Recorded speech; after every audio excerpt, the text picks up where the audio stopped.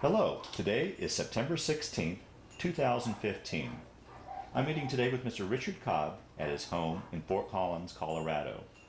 My name is Brad Hoops. I'm the interviewer for the Northern Colorado Veterans History Project. Welcome, Rich, and thanks for sitting down today to tell your story. Thank you. If we could, let's start out. Tell us a little bit about yourself, your date of birth, where you were born, a little bit about your family. I was born December 5th, 1945 in Hays, Kansas. When we were about 7, my folks moved to Fort Collins. And I have 2 brothers. Both of them are older. My dad and my mom. My dad died right after I graduated from high school. Oh. You know, my mom died a year ago. She was 95. Wow. So, but I liked sports when I grew up. I liked football. I played basketball most of my high school career. And like I said, I graduated in 65. And then after I graduated from there, I went up and I worked in Red Feather in construction for a few years. I can remember the guy. We got the job through the employment place, and the guy was looking for some big burly kids, and he says, the guy who called him said, "Oh, these guys were linemen on the Poudre football team." And so he's expecting these great big guys to come up there, and we both weighed like 165 pounds. Yeah, right, yeah. You know, but we did his job. We got his job done for him. We had doing with jackhammers and everything. So, but it was good. That was a good time in my life. Did you just stay up there, or did you travel back and forth? No, to Fort we Collins? stayed up there in a rinky-dink hotel. That one night I got kind of plastered, and the guy sleeping in the next room slept along the same wall. And he says I was moaning and groaning all night, and he said all of a sudden this fist came through the wall. I had a stomach cramp or something, I guess. But he said he moved his bed across the room after that. Oh, he didn't want to sleep next to me. But I was up there when my dad died, and me and my best friend we never fought, never, we were really close. And when he told me I decked him, I hit him right in the mouth. Oh, wow. When my dad died, because he wasn't supposed to tell me. They wanted to tell me when I got back down to Fort Collins, but that part of the message didn't get to him, so he told me that my dad had just passed. And I remember I just hit him right in the mouth. Oh, that had to be a tough time. It was. It was, but we got through it. Yeah. Yeah. But it was emotional. Yeah. Oh boy. Really emotional. And the funny part was my future stepfather was the one that came up and got me. Is that right? And it seemed like it took him forever because he had a Volkswagen Bug trying to get up to Red Feather. Yeah, right, yeah. It took him forever to drive. It seemed like it was about 3 years for him to get up there, pick me up. But so, but it was just unexpected. My dad was going to die at that time, And he told me. My mom said he sat in a chair and he leaned back and his eyes rolled to the back of his head, so he didn't gasp for air or nothing. He just had a massive heart attack.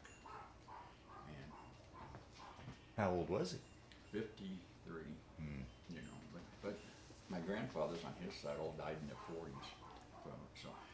So my mom said that she didn't want us kids that had the same fate, so she demanded an autopsy on him and found out that he died from high cholesterol. Oh, really? And Okay. hardening of the arteries is what killed him.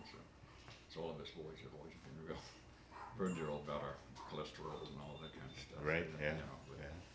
But We'll take your story from there then, after you put your father to rest. From there, after I graduated, I got my draft notice, and I didn't get the draft notice, but I got the notice to go for the physical. And Now, was this after after your this was father? before my dad died. Okay. I got the Okay. notice. And then my dad died, so I went up to Selective Service, and I got this really young gal, and I was told her, I said, I can't make the physical. And she started going, well, you got to make it. If you don't make it, they'll come arrest you. And she was just going on. And I kept saying, I ain't going to make it. And finally, this old gal in the back was watching us argue. She walked up to me and she looked at me and she said, son, why can't you make this physical? And I said, well, my dad just passed, and that's the day of his funeral. She said, oh. She said, we'll change your date. So they changed my date to October, I think it was when I had my physical. So I was going to get drafted. I knew that. Yeah. And both my brothers served in the Navy. I really didn't want to go into the Army. So my best friend turned 18. So he had to go register for the draft. So we go up to the post office, and he's registering. I'm standing there in the hallway, and on the other side of the hallway is all the enlistment guys. And I'm standing there, and this chief came out, and he said, "What are you doing?" And he got talking. I said, "Well, I said, I got my physical for the draft, but I don't want to go in the Army. I'd rather join the Navy, but I got things I got to take care of first." He says, "Son, we got the perfect program for you." He says, "It's called 190-day, it's called the 90-day delay plan." He says, "You join now, but you don't go for 90 days. So I enlisted, and I'd gone downtown to buy new tires for my car, and I never did buy the tires for my car. So No reason now. no, so I joined the Navy, on the 90-day delay plan. So then I remember they had a going away party for me, all my friends. I had a lot of friends back then, tons and tons of friends. And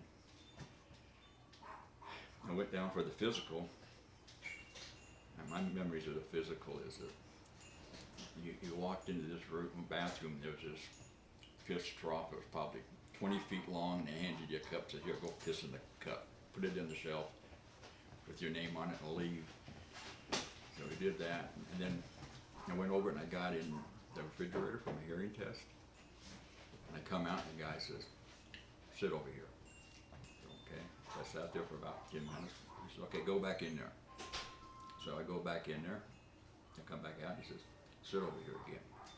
So then this doctor came around, and they put me in there, and every time I heard a beep, a noise, I'd push the button, and I came out, and the doctor says, "Son," he says, "you're hearing sounds you're not supposed to be hearing, humanly impossible for you to hear, but you're hearing them because," he says, "we'd put the sound on, and you push the button, and then we'd wait a long, long time, and we'd hit that sound again, and you'd push the button. So we know you're hearing it."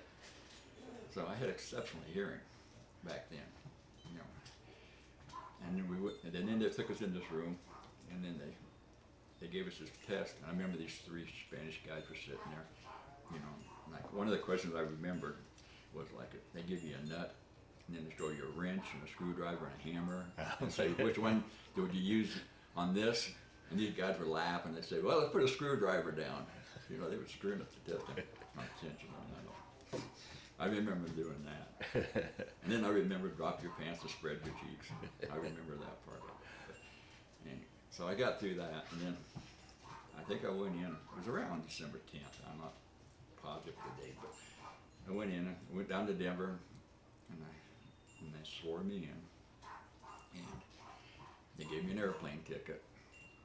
And I must have been the only one going to San Diego. Everybody else must have been going to Lakehurst, because there was about 10 guys there, and they all went the other way, evidently, because I flew into San Diego to boot camp, and I remember walking through that same day after after that sign. they went right out to the airport and took off. Yeah, they took me out to the airport. Oh, And put me boy. on the plane.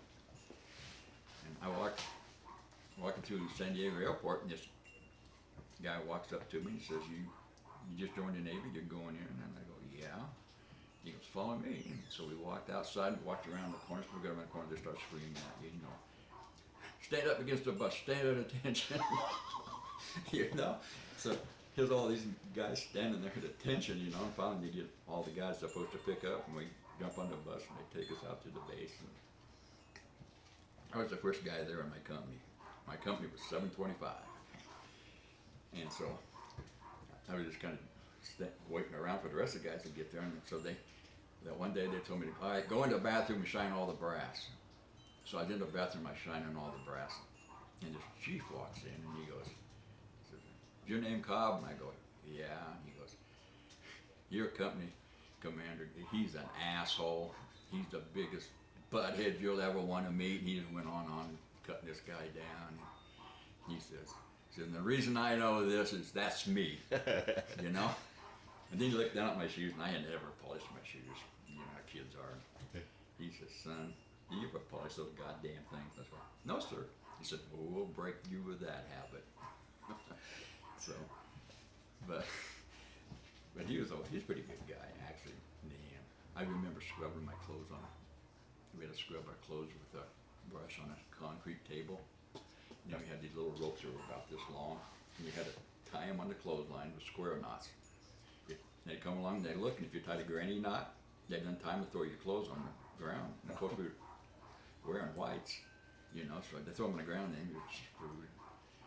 And you go to inspection, and they would take your T-shirt, and they'd pull it out, and they'd look under that seam for dirt. And they'd take your hat off, and they'd look under the seams for dirt. And if they found dirt on your white hat, they'd throw it on the ground and stomp on it. You know, and you know what that does to a white hat. So, but then I got sick in boot camp, too. But they'd quarantined the base because spinal meningitis was going around the bay, you know, so. And I went through boot camp I think it was 4 weeks short because they were of Vietnam. So they shortened boot camp to get us through boot camp. And I got sick, and I always slept on my stomach back when I was young. And so they sent me to sick bay, and I was in this room, and almost everybody in that room had spinal meningitis, but I had like the flu. Oh. And one night, I felt somebody pulling the covers down, and I woke up and I turned around, and here was this nurse standing there with that damn needle. And I says, "I don't have spinal meningitis." And she says, "Oh, I'm sorry, go back to sleep." She was going to give me a shot of penicillin in the butt. And after that, I slept on my back. To this day, I have not slept on my stomach. Oh, isn't that funny? Yeah, I just learned to sleep on it. But then they marched us over there, and I remember, because they always gave us our shots with the guns. They had them guns. And if you flinched with that gun, I don't know if you know, but it slices you. Mm-hmm. And guys would flinch, and they had one guy giving shots and one guy sewing up arms. Yeah, I remember that. But on the spinal meningitis, they just gave us in the needle, in the butt, there's a full syringe of penicillin. They gave us that, and then they took us and said, "You got to march, because you got to work that in, you know." And so they marched us all over the damn place that day. And it's always the biggest guy that was passing out when they get the shots. And, you know, the little wimpy guy would always just walk right through and walk away, you know. But the big guy would pass out. It was funny stuff. And I remember watching the guys who'd gotten in trouble. They had a big pile of sand, and they had a stick and 2 buckets on it. And them guys would move that big pile of sand from one side of the base to the other side of the base with those buckets. And when they got done moving it, they'd move it back. That's all they did all the time. That's how they punished guys for getting in trouble.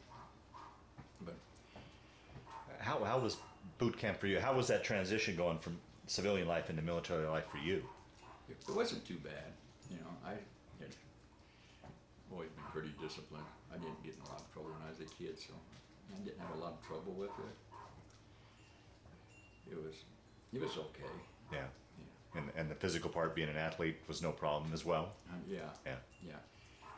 The big thing in boot camp was when you got to move across this bridge to the other side of the base, because then you knew you was over halfway through boot camp. So everybody wanted to move on the other side of the base. We had one kid that got caught. He was from San Diego, and they caught him out at the fence kissing his girlfriend through the fence. We had one kid that we were marching, and he looked up at an airplane because you could see the jet airliners flying over. So the next day, the chief made him sit on the trash dumpster with his gun, and every time one flew over, he had a pointed gun at the airplane and go bang, bang, bang all day long.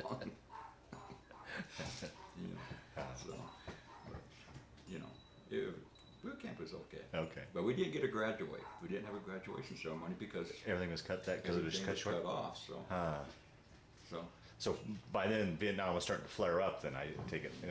Ramp up and I was so out of touch with the media. I didn't even know what the hell Vietnam was. You know, I didn't keep up with it. Yeah. I remember the day we left. We had a bag inspection. And you have to lay everything on your bunk in a certain place. And I'd missed the first one because I was in sick bay. So I was kind of really nervous, you know, because if you flunk this, you got to go through boot camp again. So I laid everything out. I thought, okay, everything's perfect. So then we were standing there attention. This guy's coming down inspecting the bag, and I looked down my rack, and something was in the wrong place. And I was thinking, oh shit. But he just flew through that. He didn't care. He knew we were going home, and they weren't going to stop you. So then they got done, we packed our seed bags, and I think a seed bag was like 60 pounds. They're pretty heavy. They are heavy.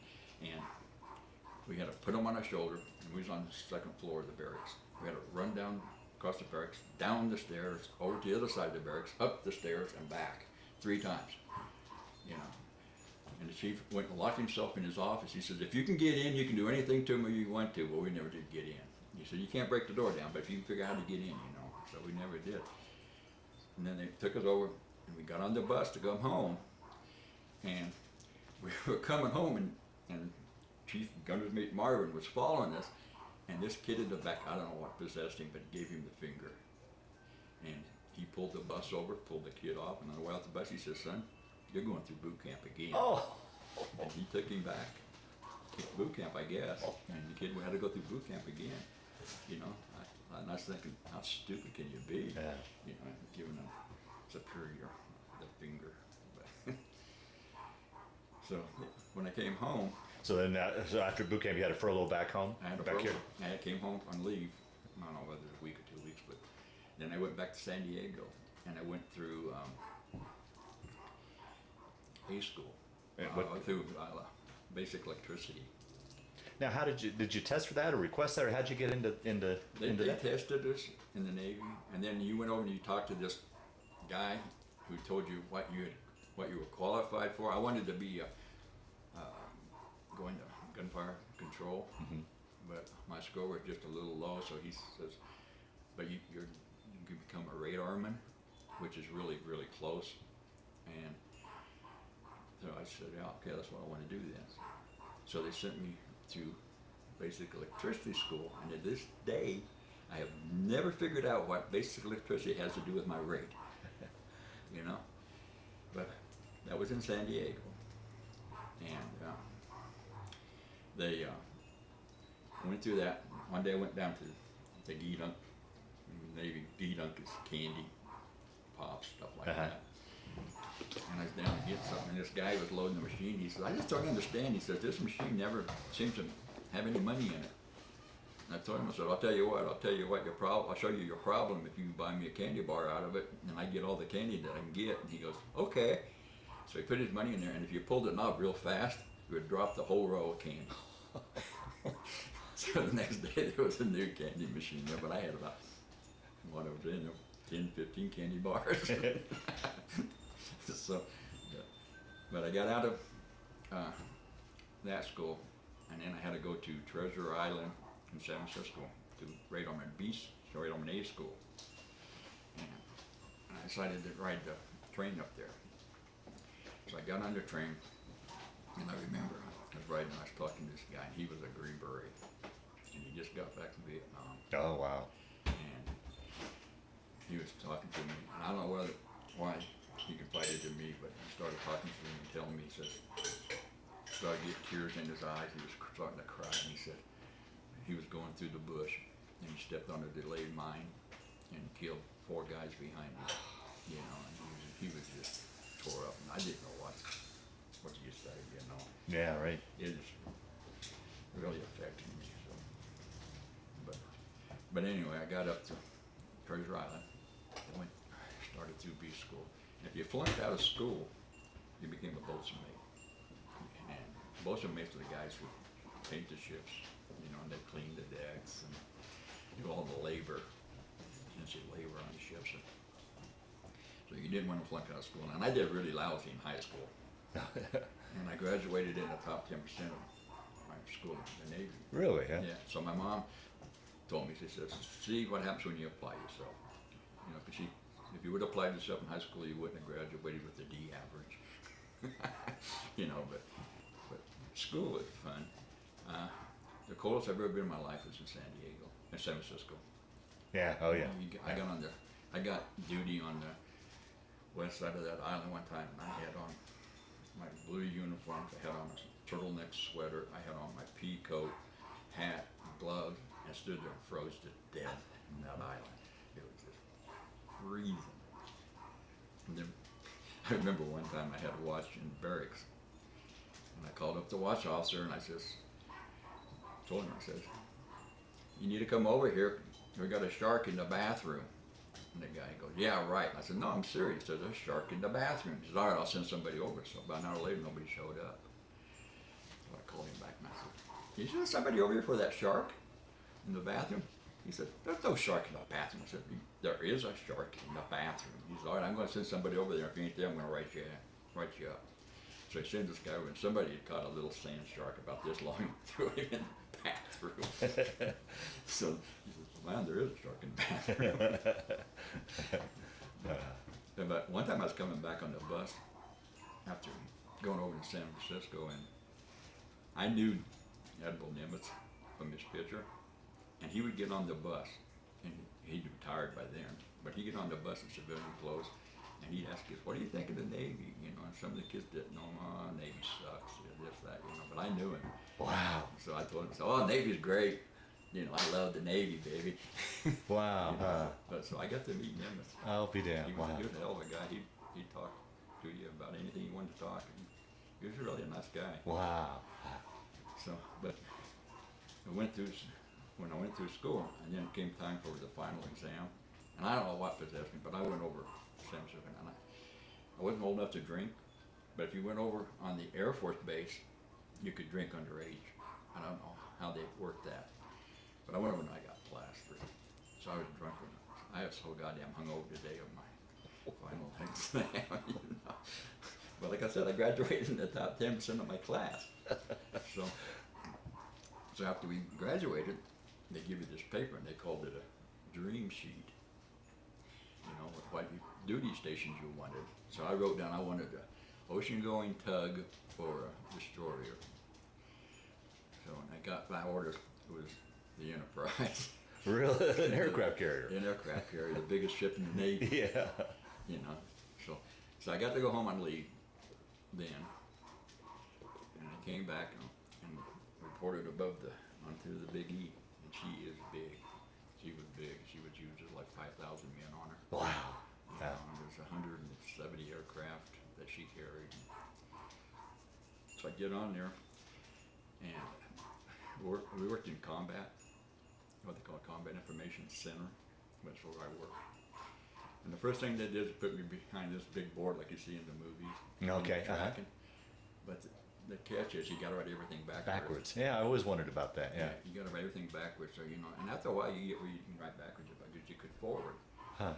The problem is when you quit doing that and you come out, it's a hell of a time trying to learn right the other way. You know, you got to train yourself to write like a normal human being. So I was back there for a while, and then they transferred me up to the lookout supervisor, which I was only a E3 at the time, I think. And I was up there about 3 months. One time I was sitting in combat. The Enterprise had computerized radar, and we could actually, people think the internet is something new, but we could actually bring up on our radar, like the Kitty Hawk, she had the same system. We could bring up on our radar and see what was on their radars. Really? Huh. Yeah. So the internet isn't as new as people think. Yeah, The right. military Yeah. had it years ago. You know, GPS, we had GPS. Really? Huh. Back then, yeah, we did a lot of navigation by GPS. Oh, that's interesting. You know, but I flipped this radar out to like the 2,000 mile range. When you was at sea one time, and there's a whole bunch of little X's, you know, where we'd come out of the port on there. And this officer walked up and he said, "What's that?" You know, and I knew it was San Francisco. But I don't know why I said it, but I just said, "Hell, I don't know. I just frickin' work here." And he goes, "God damn it!" And he went stomping off. He was pissed. I was sitting looking at the radar. I didn't know what I was looking at. He didn't think. But we screwed around over here probably for about 3 months. Off All the up on coast? aircraft in San Francisco and stuff.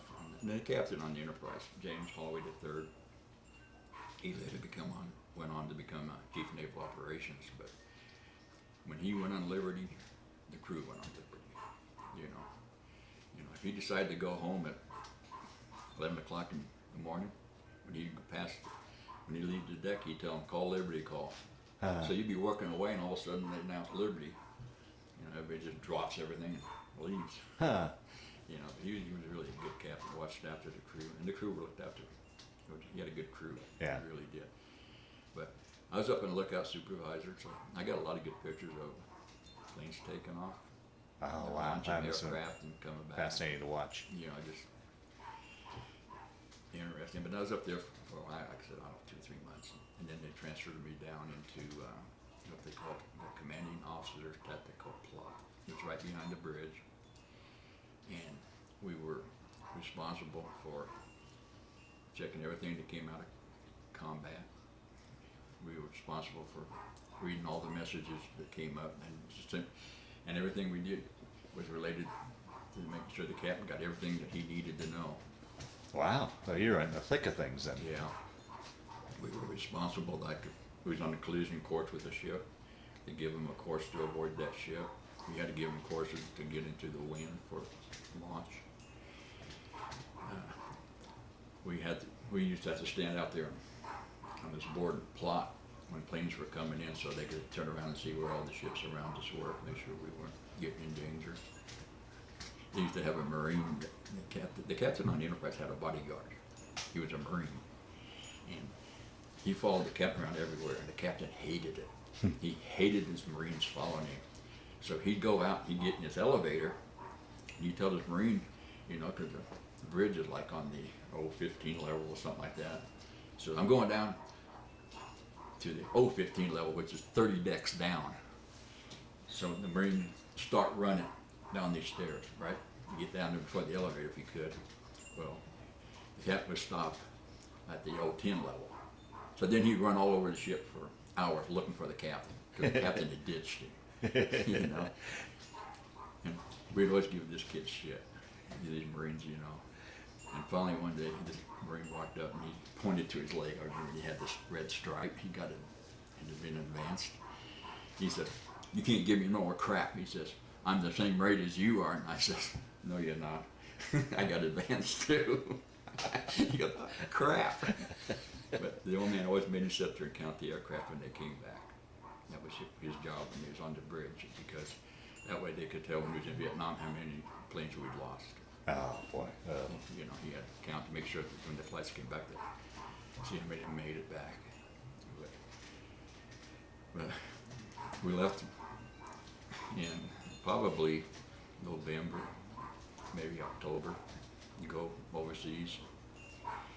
And I remember we pulled into Pearl Harbor, and when you pull into Pearl Harbor, everybody who's not involved with coming into port gets dressed up in dress whites. They go out and they stand around the flight deck and they salute as you go by the Arizona. Oh, wow. You know. And we pulled in and they pushed us up to the dock, and I remember there was these officers' wives. They were all ugly. They was all trying to do the hula hula, and they couldn't do that. You know, and everybody was laughing at them, you know, because they look so stupid. But I remember that vividly. But we stayed in Hawaii probably 2 or 3 days. And then we left, and my middle brother had been stationed on Midway Island. Oh, wow.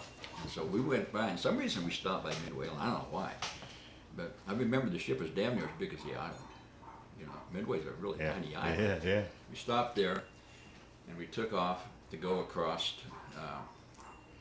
go to the Philippines.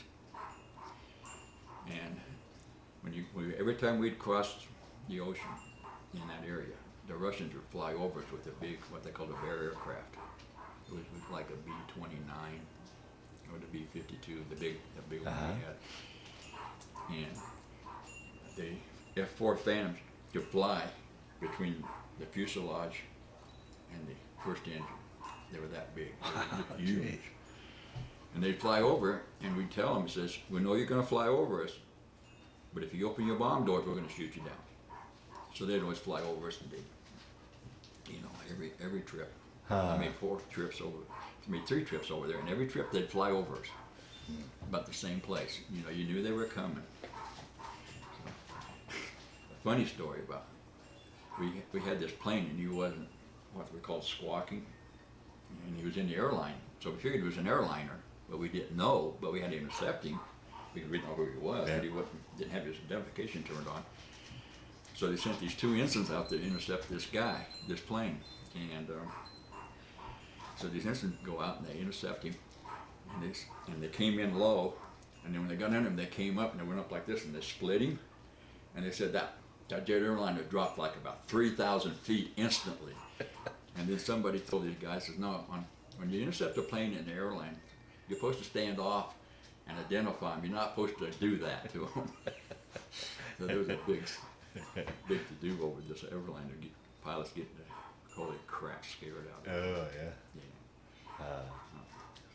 Talk a little bit about life on board the ship, living conditions, the food, what you guys did for entertainment. Basically, it's a floating city, from what I understand. It's got, I think it was 3 ice cream parlors on board. You know, when we were at sea, we worked what they called port and starboard, which was 8 on, 8 off, 4 on.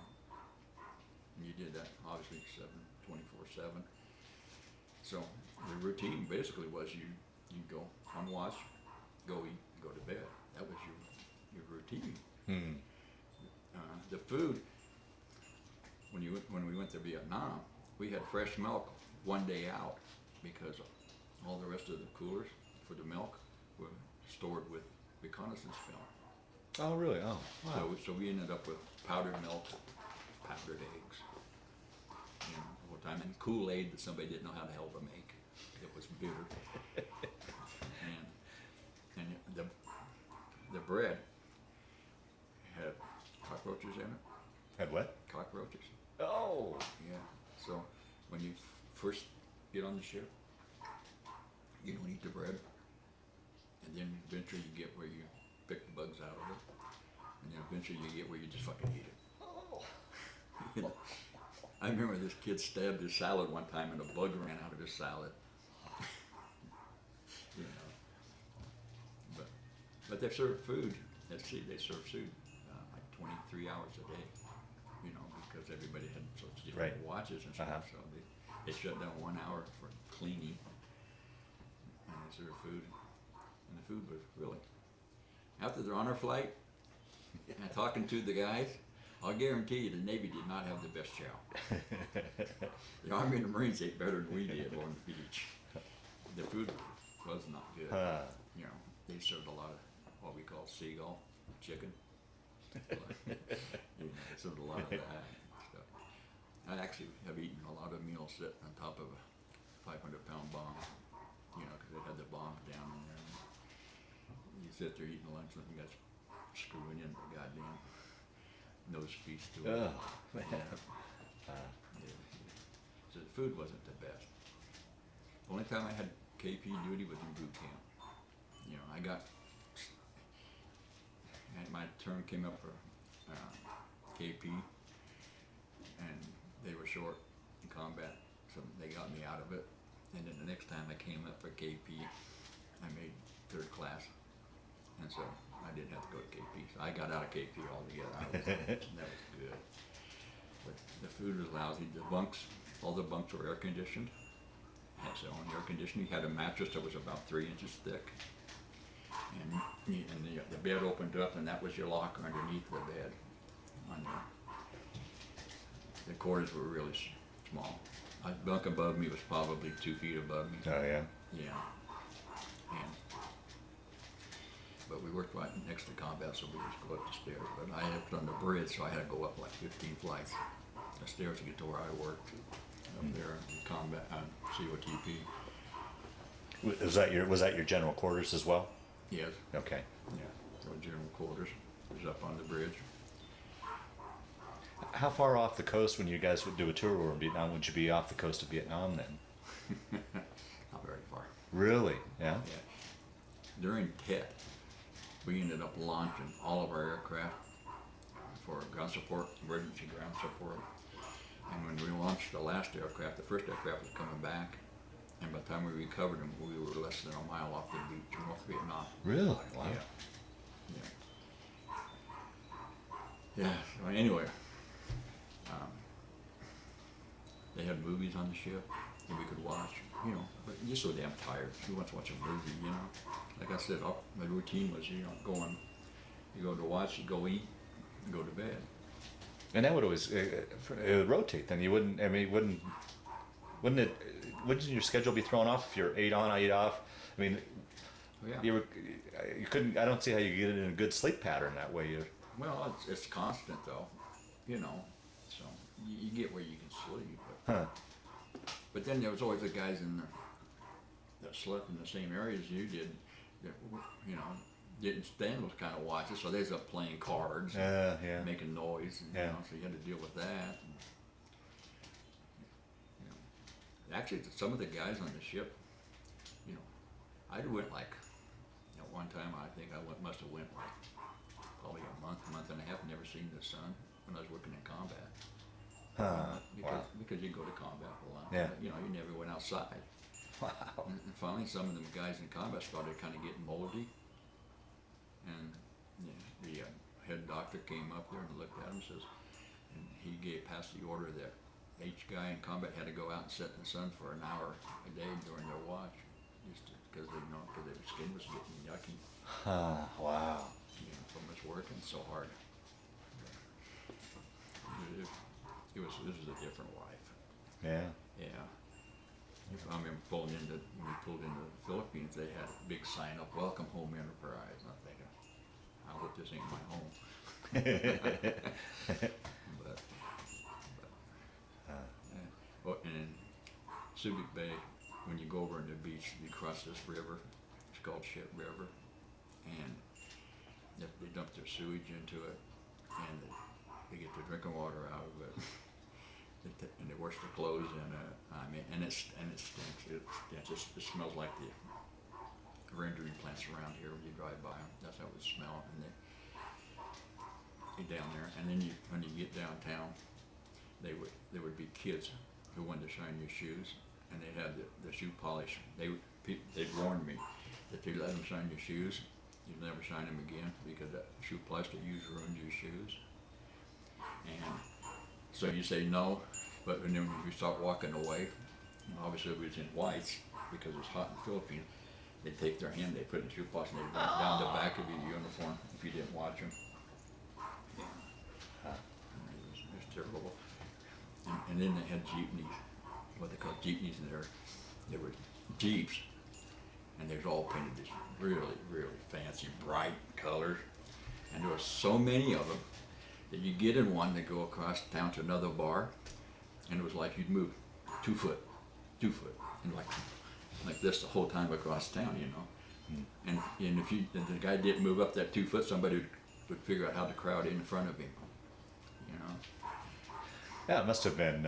Here's a small town boy from Colorado. It must have been a fascinating experience. And I forgot to ask you too, getting in regards to the small town boy. Landlocked, what was it like going to sea at first? Did you get your sea legs, or how was it going to sea for you? I never did get seasick. No? Okay. No. In fact, later on when I got transferred to a little ship, there was about 5 of us. We'd go down and eat a big greasy meal and go right up in the bow of the ship, which was the worst place to be at rough seas, and see who could hold it down the longest. You know, we all put $5 on the table, and the last one to puke was the one that got the money. But I never did puke. I could sit there forever, and the other guys even sit there for about 20 minutes, you know, they start getting sick, you know, because that ship's going up and down. I never did, but that's a different story. Yeah. So you did 3 tours over to Vietnam on the Enterprise? I did 2. 2? I did 2 tours. Okay. This tour, we got Vietnam in December, my first cruise, around December. And we'd be on the line anywhere from 40 to 60 days. And we'd come off, and we'd be off 2 to 3 days. You know, well, it'd take about 2 days to get to the Philippines, stayed up 3 days and 2 days back, generally. But we'd fly, like I said, we'd fly anywhere from 12, 24 hours a day. I mean, our first tour, we flew 16,000 combat missions over North Vietnam. Wow. We dropped 3.3 million pounds of bombs, 16,000 tons of bombs on North Vietnam. Just the Enterprise by itself. Wow. So. How many pilots did you lose? Any idea on? Well, that must have been tough too. I don't know how many pilots we lost. Tough to, not counting the same number of planes coming back that left. Yeah. A lot of them you get back. you know, because they'd go up and try and pick them up, you know. So a lot of them you get back, but some of them you didn't. You know. We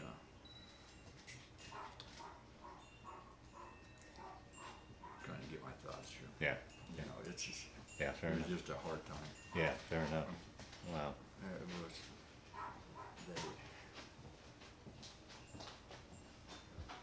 I'm trying to think. Well, like I said, we flew all the time. And I can remember listening to we monitored the combat net, and the pilots were flying over North Vietnam.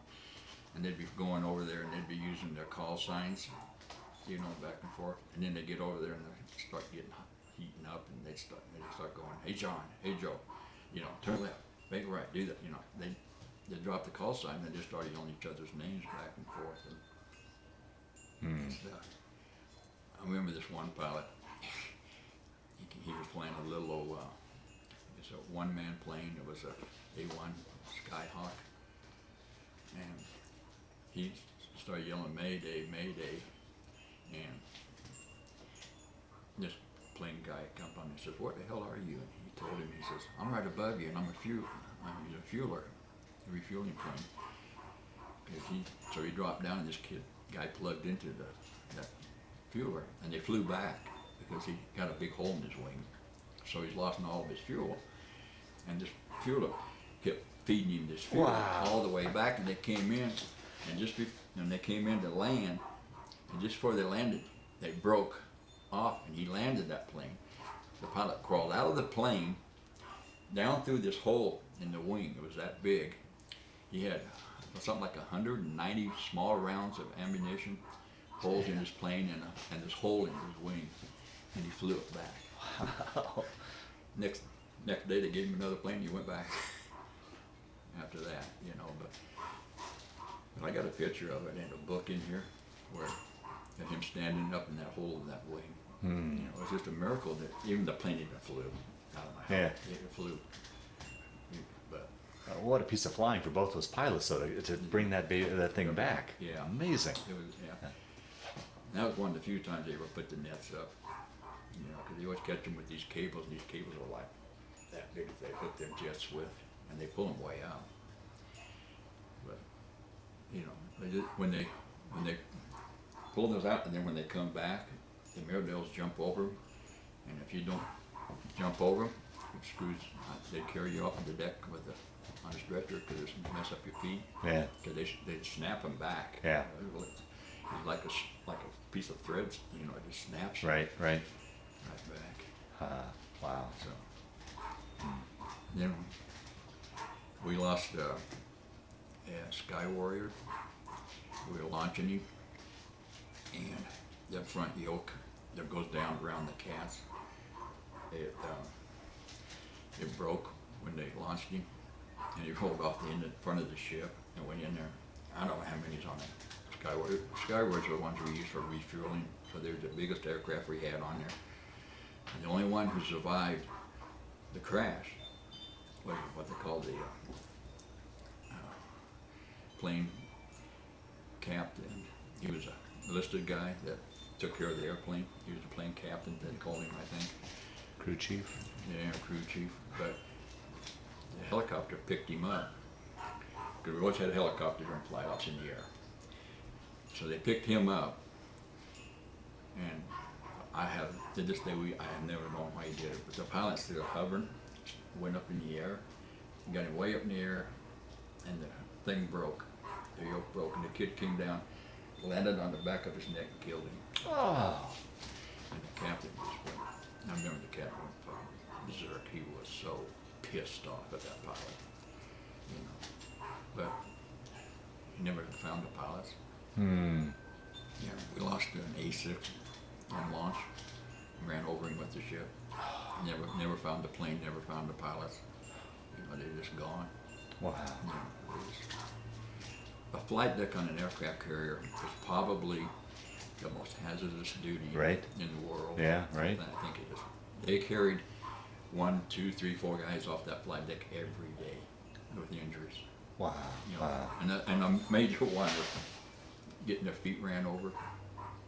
you know, because they're crawling around underneath that aircraft doing stuff while they're bringing them up to the cast, trying to get the final stuff done, and not paying attention, and the planes would roll across their feet, crush their feet. You know, it's just chaos Yeah. on the ship. Yeah. Wow. You know, and then about every 2 weeks we'd take on bombs. You know, the ship would come out there and we'd highline bombs across.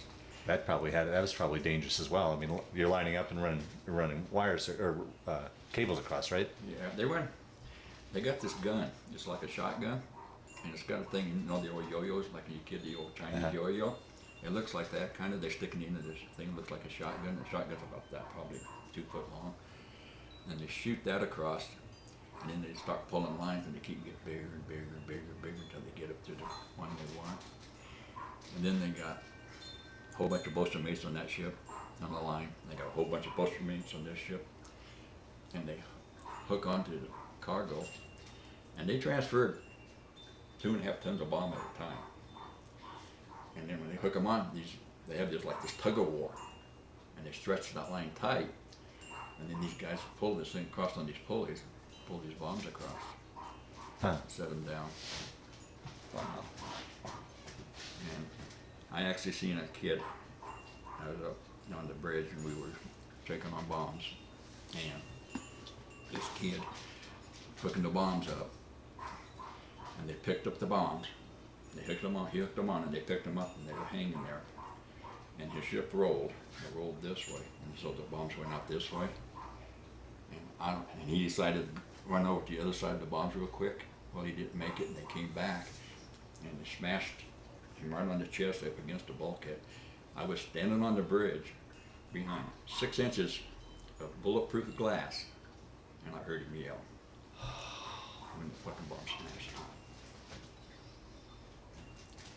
And of course, they immediately sent a chopper, picked him up, brought him over to our ship because we had surgical, medical places they could operate and stuff, but they didn't make it. Oh boy. Oh. Yeah. It was, but I can still, to this day, I can hear that kid yell.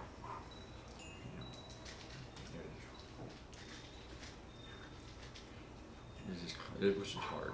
Yeah. Some yeah. of the stuff to remember and think about. Sure. It's just hard to bring it up. Right. Right. Mm. So during those tours and you come back to the States, would you get a furlough to come home, or would Yeah. yeah? I got to tell this story though. Oh, okay. I got to tell you this. We had this guy coming back, and he says, I got a 500-pound bomb left. And we said, well, you can't land on an aircraft carrier with a bomb aboard. So you got to go over to Hanoi and land. So he said, all right. He said, well, give me a minute. So about 5 minutes later, he comes back and says, okay, I dropped the bomb. And this guy goes, well, where did you drop it? And he says, I dropped it on a guy riding a bicycle.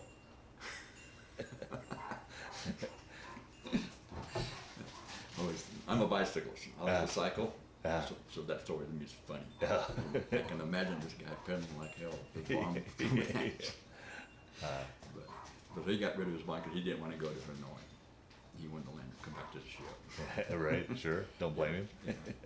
So then on the way back from my first cruise, you know, we, the Enterprise, the Bainbridge, which was I think it was a frigate, but anyway, the Bainbridge and the Long Beach, there were 2 nuclear-powered ships, and the Enterprise decided they wanted to break the world's record for time between the Philippines and Hawaii.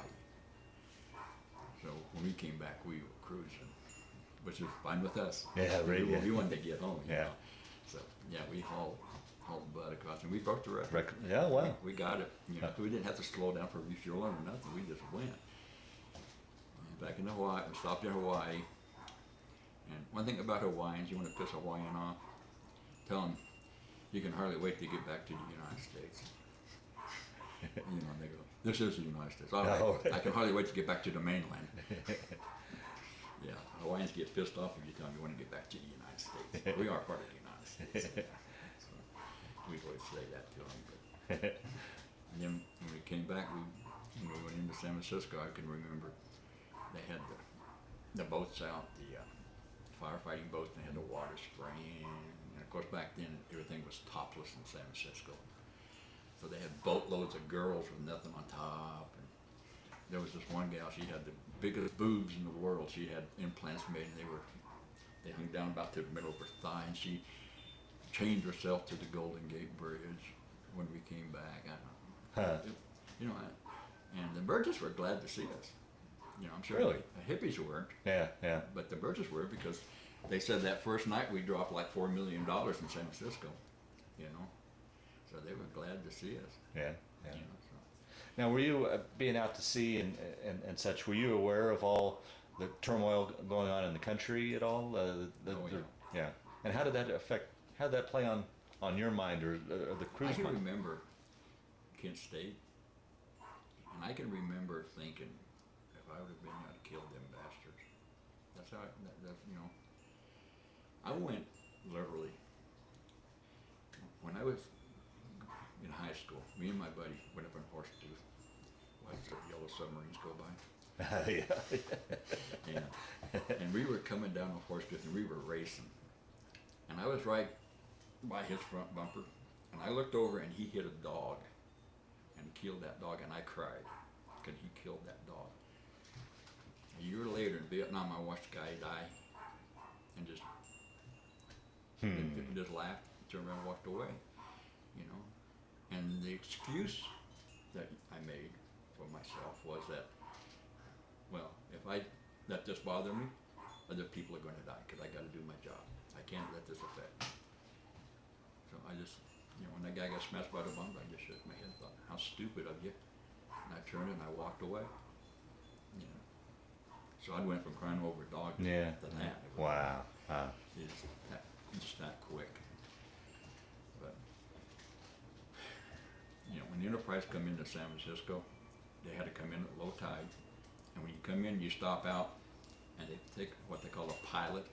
It's a guy that knows all the currents, and he brings the ships in. And you have to come in at low tide, and we cleared the Golden Gate Bridge by 3 feet. Really? Wow. So it was only a certain time we could get under that bridge. Wow. You know. And, you know, when you dock, of course, when the first time back, all the wives are down there, all that stuff, you know. But since I was just a third class, I didn't get leave as soon as we got home. But when I came home, my mom told me years later about this. She said, you sit down and you tell me about this pilot that didn't come back, that you knew. And she says, you sat there and you cried. And I have absolutely no memory of that. Is that right? I cannot remember that at all. I don't know who was, you know. Huh. I do know the second time I went back on a cruise, I told everybody, so do not become friends with the pilots because you don't know if they're coming back. So I never made friends with pilots again. Yeah, yeah. I never kind of did one thing. And then I went out with my friend on that leave, I remember. We went to a bar and we were talking to these girls. And I can remember my friend leaning over. He whispered in my ear, he says, don't tell anybody you've been to Vietnam. You know, like I'm supposed to be ashamed of it. Yeah, right, You right. know? But that's the way the culture was back then. Yeah, right, You were sure. just, you were just, you know. So I didn't tell him, but then, of course, when I went back, we would go out to sea and we'd qualify pilots for landing. That's what we did when we were stateside. We got extended my first cruise.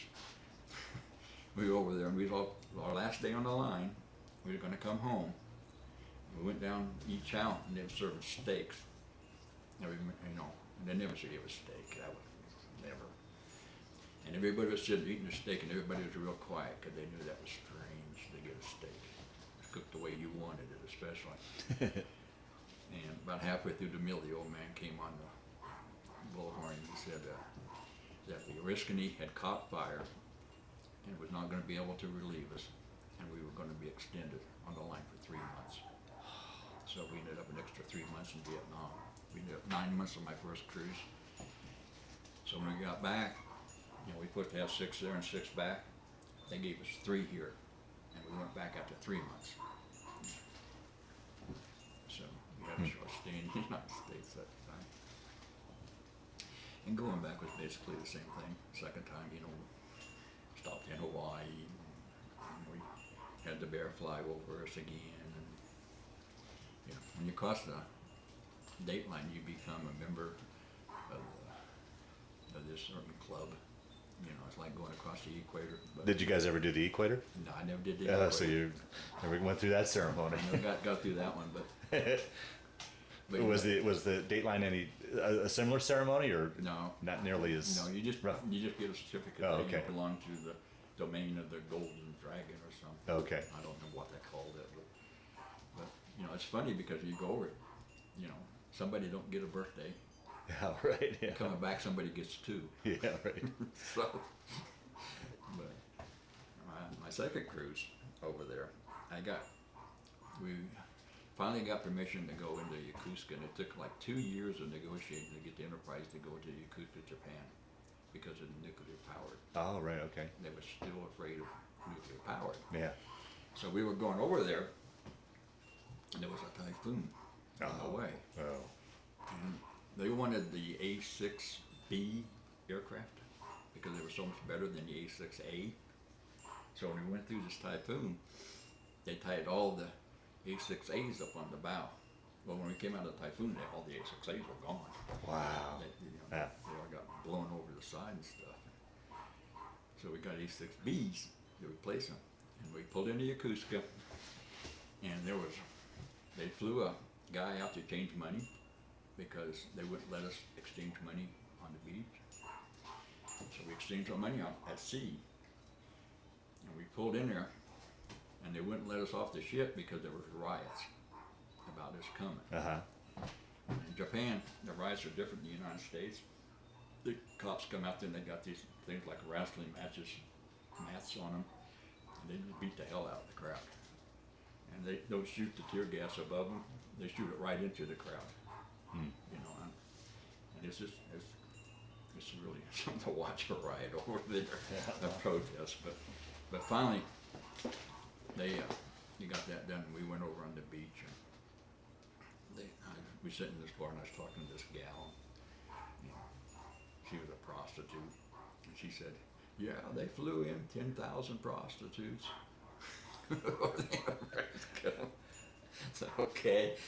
But then my friend, we didn't want to do that, so we took off and we was walking, and we met this guy. He was an interpreter for the Navy, so he took us around all these places. And my friend wanted to buy the fancy Japanese dress for his girlfriend or his wife or something. And this guy took us down this dark alley, and he beat on this guy's door, and the guy opened the door and told him what he wanted, and the guy went and woke up his daughters and made them come out and model all these things, and he bought one of them for him. So, and then he took us over to this bathhouse, and that is an experience. They stick you in this hole up to here with boiling water. It's hot, and they take you out and they dry you off, and then they take you upstairs and they give you this massage, you know. And I've been up for a long time, but I wanted to go over to Japan, so I went over and I was dead tired. I walked out of that bathhouse, I felt like I'd been asleep for 12 hours. You're just so relaxed. Really, huh? It's so relaxing, you know, the way they did it. But we pulled out every day, and they come out there about every 3 hours, and they go around the ship and they take samples of water to make sure we weren't leaking radiation. And they actually said on the ship that the radiation guys in the reactor rooms got less radiation than the guys on the flight deck. Really? Yeah, there was that less, there wasn't any radiation at all leaking down there at all. Huh. But we pulled out of Yokosuka. When you come out of Yokosuka, you go north. And we're going to pull out, go to the Philippines, and dock because you couldn't go to Vietnam from Japan because they were neutral. So we pull out of Yokosuka and we're going north, and we keep going north, and we keep going north. And I turned to this kid, and I was just joking with him, and I says, "Hell, we're not going to to Vietnam, we're going to North Korea. And about this time, we had just things like the banks, the air things, you know. This message comes up, and I open it up, and it's pink, which is top secret. And I read it, and it says, North Koreans had just taken the USS Pueblo, proceeding north to Korea. Oh, wow. So we went up to Korea. We were all getting ready to go work in t-shirts, and you know, 'cause we worked in dungarees and t-shirts while we were in Vietnam. Yeah. We go up there and it's snowing, it's cold, it's blowing. We got the Russians, we got the North Koreans, South Korean Navy, and a little dinky Navy that allowed the Japanese to have at that time. All up there cruising around. We were not allowed to go across the 38th parallel. They weren't allowed to come across there. So every time a MiG would come across, we'd intercept the MiG. And we'd follow him around till he'd go back across the 38th. Every time we'd cross it with an aircraft, they'd come down and intercept us. And I remember it was at night, and the captain went to the signal bridge and he says, you know, flash that ship and ask them what their name is, you know. And so the captain flashed the ship, flashed him and says, identify yourself. And he came back and said it was the USS some ship. And the old man says, flashing, excuse my French, and they said, you're a fucking liar, you're a Russian cruiser, we know it, and if you don't identify yourself, we're going to attack you. And the guy came back and said, I'm the USSR ship. Identified himself. Wow. But it was really, I mean, it was scary. Yeah, I'll bet. One of the times I was really, really scared Sure. because we were dealing with people who had the technology to do something. And I had read the mission of the Enterprise. And the mission of the Enterprise was if we ever went to war with Russia, our mission was to launch all aircraft. That was it. Because they figured we weren't going to be there for them to come back to. We were going to be sunk that quick. They were going to come after us. So we're just waiting for somebody to screw up. And one time a MiG came across, and some radio man decided to take our intercept net down for maintenance for whatever reason. So we couldn't intercept it because we didn't have the net, our net was down, trying to get him to bring the damn thing back up. So this airplane intercepted the guy. And when he landed, this guy asked him, so what were you going to do if he started attack? He's like, going to start throwing mailbags at him. You know, but it was just super, super Tense. Yeah. Yeah. And I remember reading, we got a thing where the newspapers supposedly said that we were up north talking to the North Koreans over our loudspeakers, which was bullshit.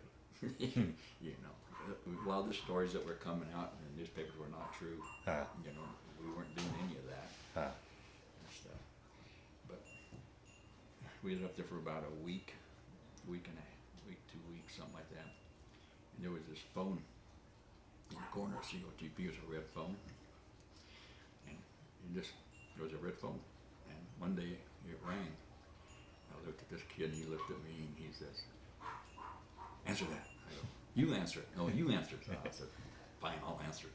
So I went over and I answered this phone, and this guy says, "I got the president on the phone. You need to talk to the commanding officer." I said, "Okay." So we went out and got the captain. Captain came in and said, "Everybody out of here." So we all left out of there. He was on in there for about 5 minutes, and he came back out. And we did a U-turn. And we went down, went around the Korean Peninsula, made a high-speed run at Red China. They fired up all the radars, you know, we got so close. We took all that data, collected all that data, made a U-turn, went to the Philippines, went to Vietnam. But the joke of the day was that the USS Pueblo could not be an intelligence ship because the captain was a Polak. He was later shaved out of the Navy because supposedly he didn't fight, but yet 3 guys died, got killed in that incident on that ship. So I don't know how they got that one.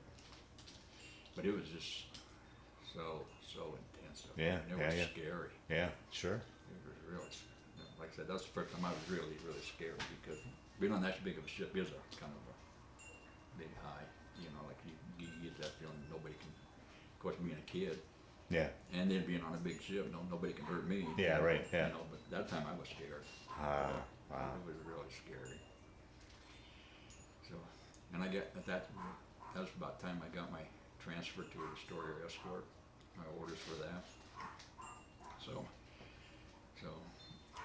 I wasn't going to go. I was going to stay on the Enterprise, and this first class fire control technician came up. His name was Phil Hooper, and he talked me into taking the transfer.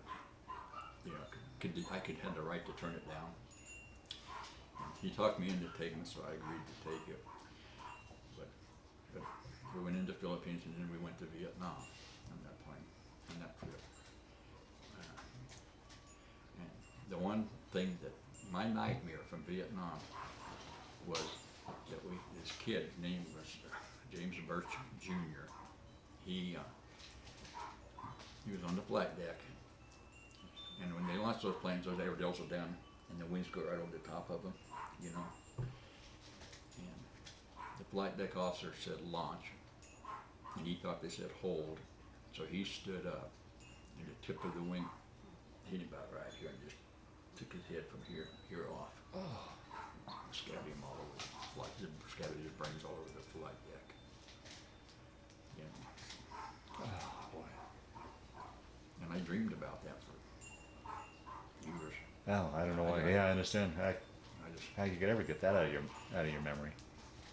Yeah, but and we got back to Vietnam just at the time Jet was starting up.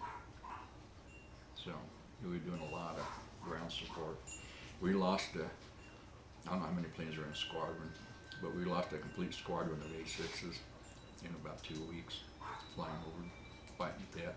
And finally the last pilot went, he turned in his wings. You know, 'cause in the Navy, you can turn your wings in anytime you want to. It's not like the Air Force. If you're a pilot, you're a pilot. The Navy you can quit flying anytime you want to quit flying. He turned in his wings and said, I ain't gonna fly no more. We lost all my friends, the whole squadron's been shot down. I ain't gonna fly no more. Wow. And he quit. Wow. We cruised up and down the launched aircraft and did on the thing. Again, you know. The Navy is I've had my counsel tell me this, you know, counsel a lot of Navy guys. She says Navy is probably one of the most sleep deprived military organizations we got. That, you know, you just kind of. Well, I kind of figured that too as you were talking about your shifts. I mean, if your shift was constantly moving, where you weren't going to bed at the same time, or it was constantly a different time, that had to play havoc on your. Yeah, I'm sure it did. Yeah. I turned 21 halfway between Hawaii and the Philippines. And of course in the Philippines, if you could put the money in the bar, they'd give you a drink if you was that tall. You know, so they gave me the day off. Oh, For my 21st birthday. But the second cruise, like I said, we were really involved in that. You know, a lot of launching. I didn't get transferred until it must have been around March before I actually got transferred off the ship, which was an experience. But other than that guy standing up, I can remember we were taking on JP fuel, and they caught a kid looking down the tube, watching them fill the tanks, telling when they were full, smoking a cigarette. Oh. You know, I mean, you know, stupid stuff people do is crazy on this ship. Of course, we're all kids. Yeah, right. What the hell, you know? Yeah, right. You know, Right. a bunch of kids out there. When they transfer that fuel, Yeah. their hoses were like 12-inch hoses. And it was one time this one ship came alongside, and it was, they had old hoses. It was the last time they were going to use them. So they did emergency breakaway. When they do emergency breakaway, they don't unhook the hoses. They just and break those hoses in half. When they do that, it's kind of interesting to watch them breakaway. So we had a ship come alongside. It was all reserves on the ship. Take on, I don't know what he was giving us. I don't know if he was giving us bombs or Don't even give us, but I mean that ship looked like a rust bucket, you know, and it was horrible. It was trying to keep the spacing with him because he was going all over the place, you know, because there's all weekend warriors, basically what we called them. Uh-huh.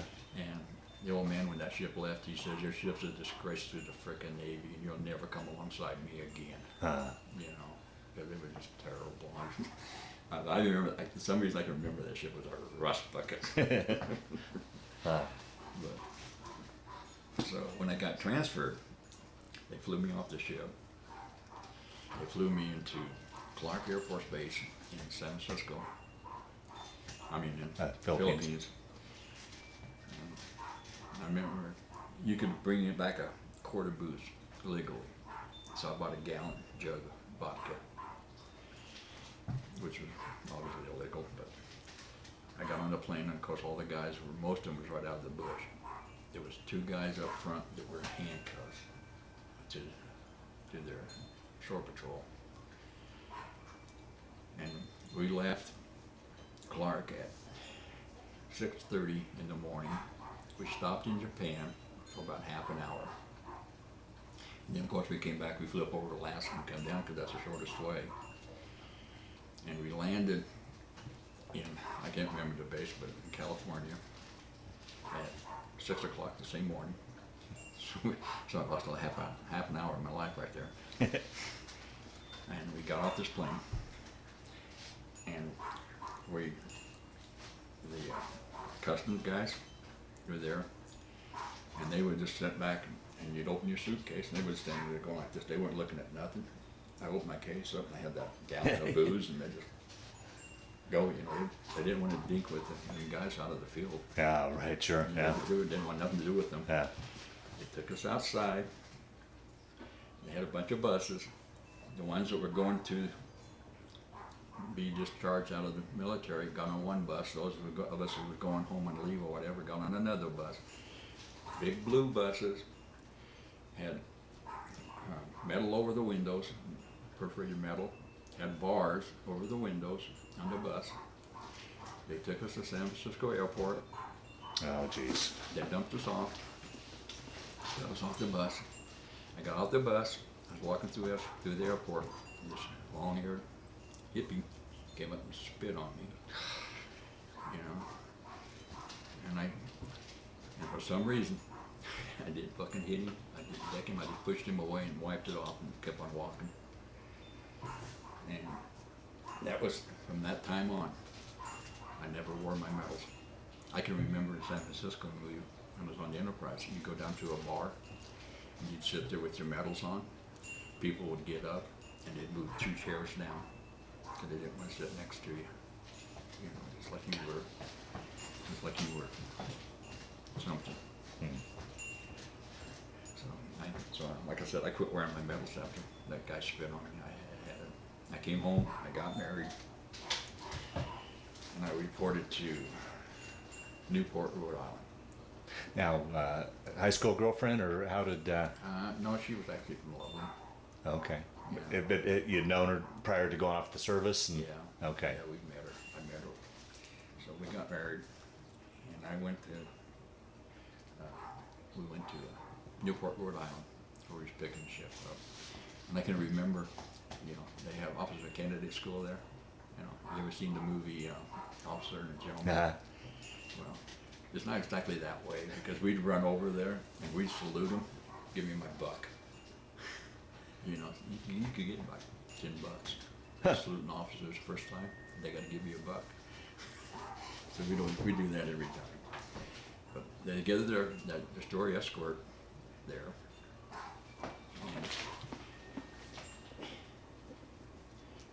And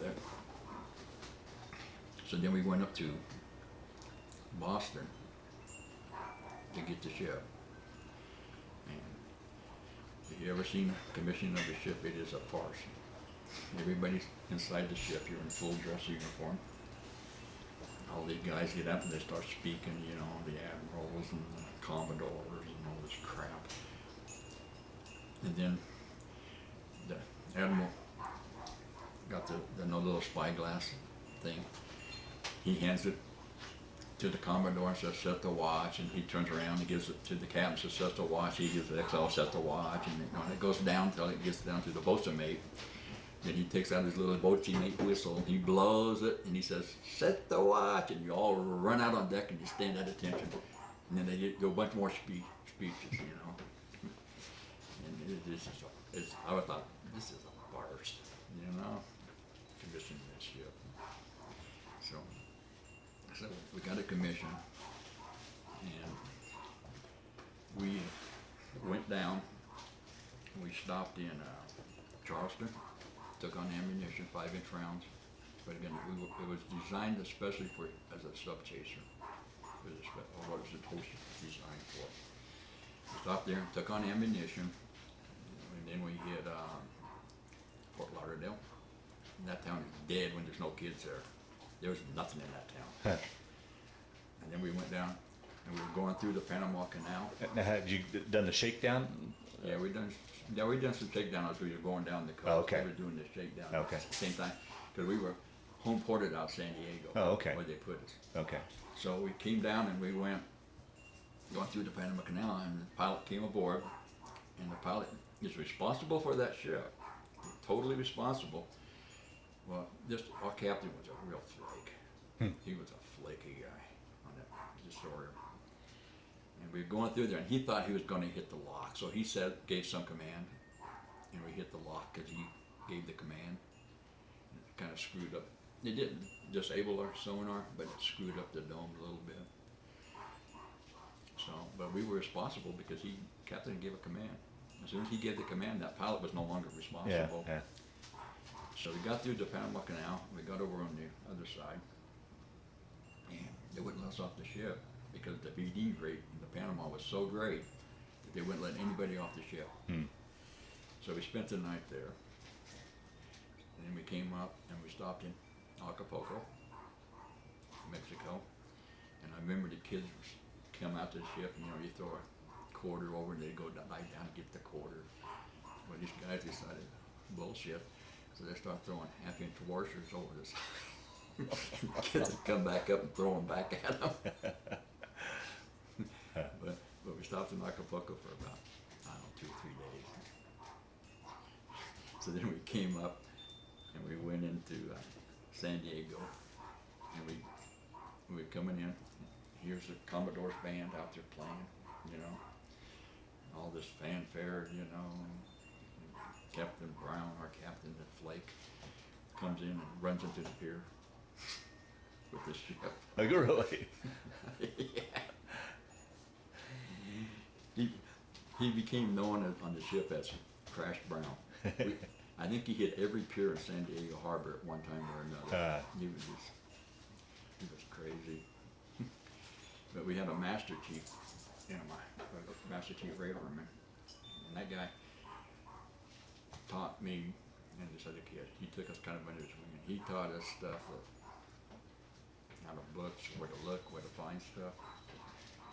He was really good.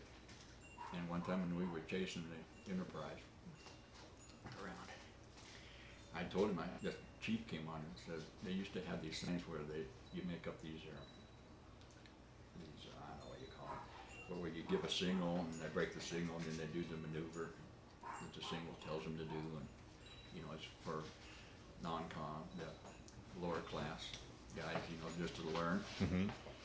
And I recognized that chief's voice, and I turned to my master chief and I said, I know who that is. That guy told me when I left the Enterprise that I was too frickin' stupid to be on a destroyer, because he didn't like us because COTP was always catching combat mistakes.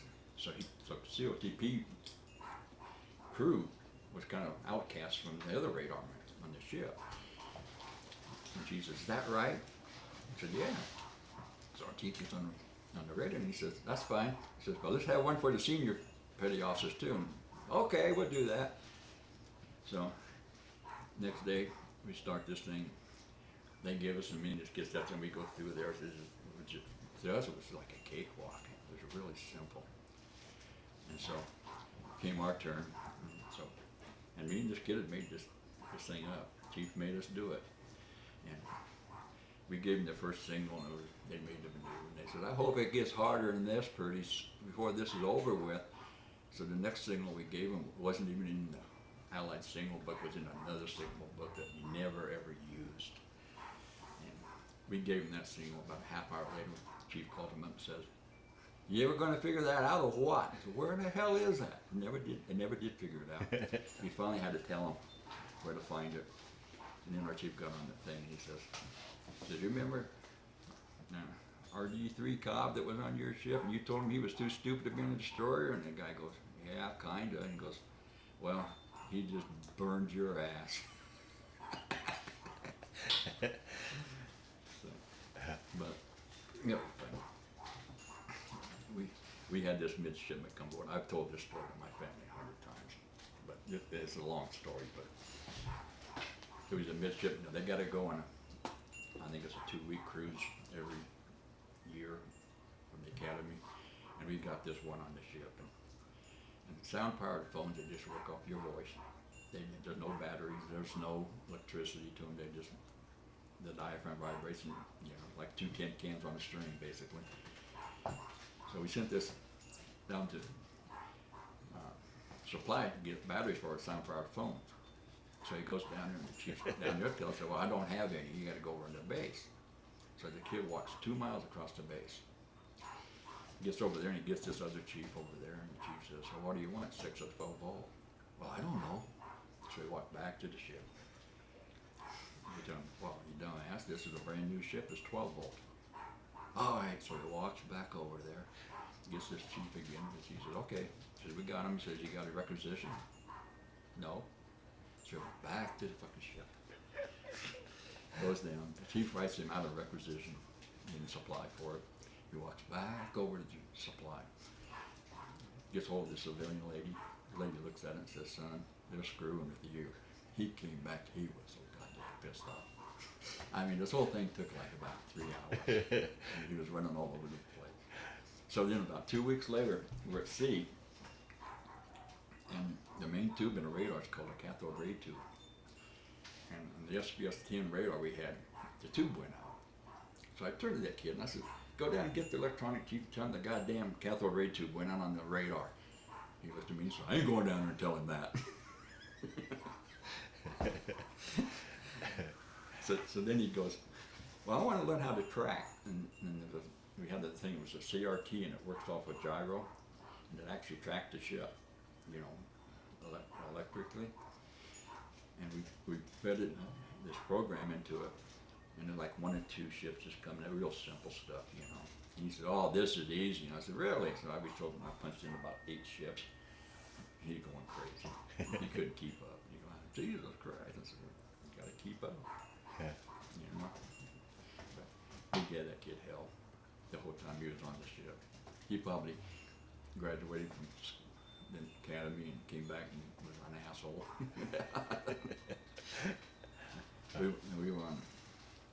We were at sea one time, and that thing had what they call supercharged boilers. They ran super hot, and one of those blew. And so the old man didn't want to be embarrassed and be towed back in, so we limped back in on the one boiler we had. And when we got in there, and they fixed it, and they told us that we were lucky the thing didn't blow up on the way back. And it was just because the captain was too damn proud Wow. to be towed. Hmm. So Did you miss being on the Enterprise at all, or how was the? I on your enjoyed the destroyer school. Oh, did you? Okay. I enjoyed them both. Yeah. I Okay. claim the Enterprise today Mhm. as my ship. Mhm. Because of what I did on it, 'cause we Yeah. went to Vietnam and all that. Right. But the destroyer, I enjoyed the destroyer. Okay. I had a lot of fun on that. And we played this game we had to take a convoy from San Diego to Hawaii. There was 2 conventional subs, and there was 1 nuke sub, and it was rare to get to play games with the nukes, So we were coming back, and we sunk the 2 conventional subs on the way across. And we come in Hawaii, and we came down around this island, and we were sneaking back up through the channel, trying to sneak into Pearl Harbor. And there was this fishing boat, and the sonar guy came out and says, he said, I got a contact over there by that sonar boat, and I don't think it's the boat, I think it's something underneath of it. And so we got looking really hard, and to see a periscope on a radar is super, super hard. So I got looking, really looking up, I said, yeah, there's something sticking up there like a periscope or something. So we told the captain, says, that nuke's over underneath that boat. The captain says, oh, bullshit. He wouldn't be hiding over there, that shallow water. He said, no, we think he's over there. And the captain refused to believe us that that ship was over there. And he kept cruising. About 10 minutes later, that subsurfaced and said, bang, you're dead. You know, and we were also pissed off, man. If we could have sunk a nuke, you know, in playing, Yeah. it would have Yeah. been such a feather in our hat. And just because the captain would not believe us, he was, like I said, he was a flake. Yeah. Right. One time he was up on the bridge, and each radio had different call signs, you know, like I think the ship's call sign was Irish Song, Enterprise's call sign was Climax. I remember those two, but then all the other ones had different call signs. Well, he got on the wrong thing and used the wrong call sign, and so I got on the bitch box, and I told him, I said, Captain, you can't use that call sign on that net. And combat was like about 10 steps down from the bridge on that destroyer. And he came flying down there and through that door, because he was pissed because I corrected him. And the master chief we had was standing there. And he stepped through the door, and the master chief looked at him and said, get your ass back up on the bridge. You were in the wrong and you know it. And the captain turned around and went back up on the bridge. Wow. But I used to go off the ship, and I'd wear my national defense. But I didn't, right after that incident in the fast squad, I didn't want to wear my ribbons anymore. And one day they decided to check, and they made me go back down, put all my ribbons back on. So I go down, I put them on, and I go on the beach, and I take them off and put them in my pocket and put just the one on, because I didn't want anybody to know I'd been in Vietnam. Yeah, in right. the military. Yeah. Right. Right. I Right. quit doing it back then. So, and then I got where I made second class, but I didn't have enough time in, so I extended, because that way they shipped all my stuff home. You know, because me and my wife at that time were living in National City. So I extended 2 months to have enough time to get to rate, and then they cut me back to, actually ended up spending like 15 days longer in the Navy. Was there any? Did you ever have any thought of making it a career, or were you? They offered me, the chief tried to convince me. I was so pissed off at the government by that time over Vietnam. I didn't want anything to do with it. They offered me $10,000, stay in. It was back in '65, a lot. Fair amount of money. Yeah. Yeah. They would ship me off to like Europe, because my radarman is an ocean-going rate. You know, they got very little time you spend on the beach. You're always on the ship. I'd go to Europe for 2 years, I think he said, or something like that. Whatever time anyway. I'd go to Europe for a while, and then I'd come back, which Europe would be shore duty, you know, but it was considered sea duty because it's overseas. I'd come back, I'd go to B school, which was considered sea duty, and then I'd go to sea for like a year and a half, and then I'd been eligible for a year of shore duty. So I wouldn't have had to spend a whole lot of time on the ship if I wanted to take it, and I could extend until that ship went back to Vietnam, till the destroyer went over to Vietnam, and I could, when I get to Vietnam, if I re-enlisted in Vietnam, it was all tax-free. I told them, shove up their ass. Wow. No, Yeah. Yeah. They came for me to get off the ship, and I went down. XO had to sign some papers. He signed my papers. I asked him, I said, I'm a plank owner. I request permission to be my announcement when I leave the ship. He gave me permission. I went up and told him I'm a plank owner. Now explain to those that watch what a plank owner A is. plank owner is the first crew Okay. on the ship, is a plank owner. I went up there, they ring the bell 3 times, and they go, Cobb, RD2, plank owner, departing. And I left. I walked walked across the base. I had my white envelope, so everybody knew I was getting out. This officer walked by me. I saluted him and ended it with the finger. He looked at me, looked at the envelope, started laughing, walked, just kept on walking. Thank God. And so then me and my first wife, we moved back to Fort Collins. We were there, I was here about 2 weeks, got a letter from the FBI. They wanted me to go and become a fingerprint specialist. Really? Yeah. How did that come together? Evidently they looked at my service record, you know, and something in my service record, they thought, you know, I was smart enough, good enough to become a fingerprint specialist. And I never answered the letter. Oh, really? Yeah. I was so pissed off at the guy. I wanted nothing to do with it. Government. So, and then me and her got divorced. I think we were married around 5 years. We got divorced from her. And then about a year and a half, 2 years after that, I met my present wife. For 3 years. We were married 3 years before she knew I'd served in Vietnam. Is that right? Yeah. And I would never tell her Yeah, I served right. in Vietnam. She finally figured it out. I said something, she figured out that people would come, they'd knock on the door. I would go in the bedroom and make her answer the door because it just scared me to death. From all the stuff that I'd been through. Right. I didn't want to answer the door.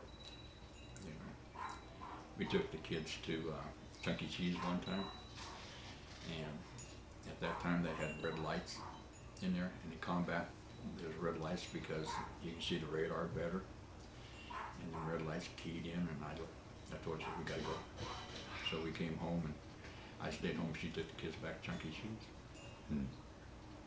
My kids' friends, when they found out I was a Vietnam veteran, their friends weren't allowed at our house anymore.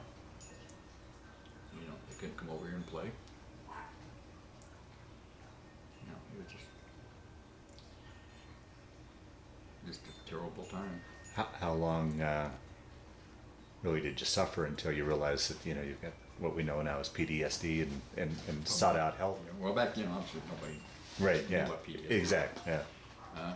We met a guy, and he was really screwed up. And there was a group here in Fort Collins that was vets started it. It was by vets. There was no psychologist or anything in it. And I knew he was screwed up, but not me. You know, I was okay. Yeah. So we went to this group, and I said, "I'll go if you'll go." So all right, so he went. Well, he went about 3 times and he dropped out, but I stayed in the group.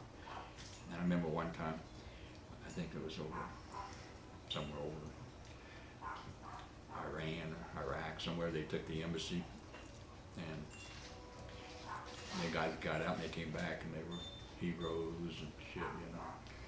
This kid sat next to me and said, "So what do you think of them coming back as heroes?" And nobody would ever tell me what I said, but I just went off. Sure. It pissed me off. Yeah. That they came back and I didn't get that. Right. So next week I go and say, "Well, they ain't gonna blindside me again." And we sit there and the kid said, "What do you think about patriotism?" And I went off again. you know. But then that group went on for probably a year, and it broke up. And then I got involved with my kids and stuff, and so things kind of settled down. And then,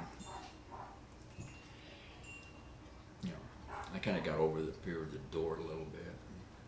I just kind of learned to adapt, you know, readapt, you know, but still didn't have any friends, which is the total opposite when I was in high school. Right, yeah, I right. had all the friends in high school. Now I had no friends. Right, you yeah. know, and I don't like going out, you know, don't like traveling, I don't like doing anything. And so, I kind of lost my thought here, but like I said, the kids couldn't have their friends, you know, and I couldn't. I got through the middle year, and then when I hit about 65, 66 in there, I've been working at Poudre Valley Air for 30 years. You know, I bounced around all the time up till I went to work at Poudre Valley Air. And the boss there, he was a Vietnam veteran too, so I think he tolerated a lot of stuff from me personally. But you know, I went up and I became a field manager, you know, and all that there. And then things went dead because I was involved in housing, putting heating system and cooling system in housing. And then the economy went to hell, so I went back out in the field, and then they wanted me to come back in the field again. And I said, no, I don't want to. So I just stayed in the field. And one day I walked in there, and after 30 years, my boss said, you forgot to put a temporary thermostat on that house over there, which is, you know, happens all the time. Yeah. I turned around and told him, I said, you know what, you shoved this job up your ass. I quit.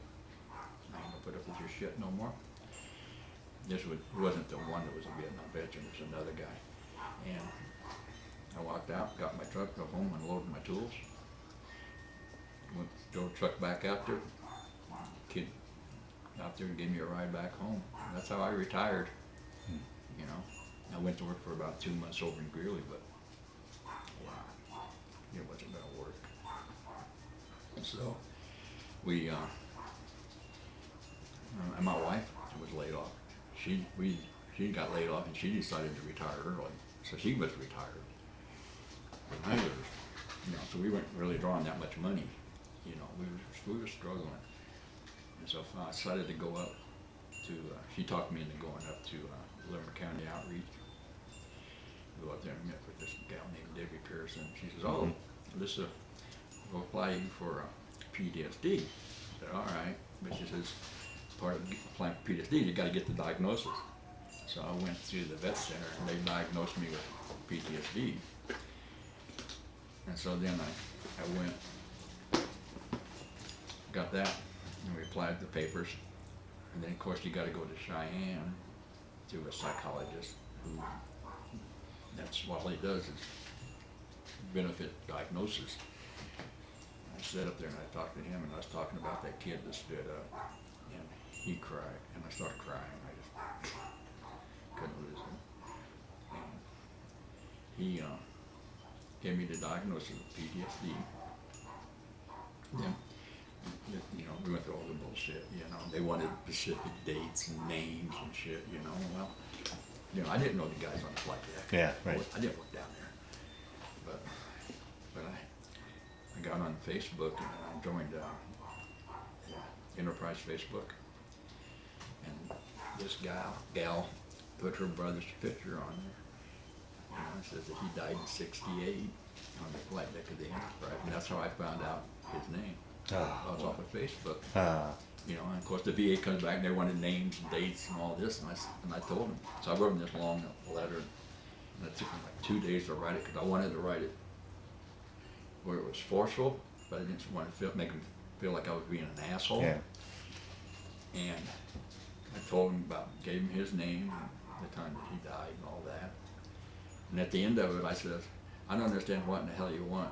Part of PTSD is memory loss, and you're asking me for specific dates. What the hell? Don't you understand PTSD? Well, I ended up with 70% on my PTSD. And so then Debbie said, well, now you need to apply for unemployability. And so, you know, I didn't know if I wanted to or not because I really didn't want to screw with it. I didn't want to screw with my pension, you know, because now we had enough money to live comfortably off that. So, but she talked me into it, so I applied for unemployability. Well, I had to go back up to the same psychologist in Cheyenne for another evaluation for unemployability. And they said, well, this is going to take an hour. You know, that's what they told me. So I go up there and this psychologist walked back and he said, I don't know what the hell you're even doing here. He says, all this stuff's in your records that you want.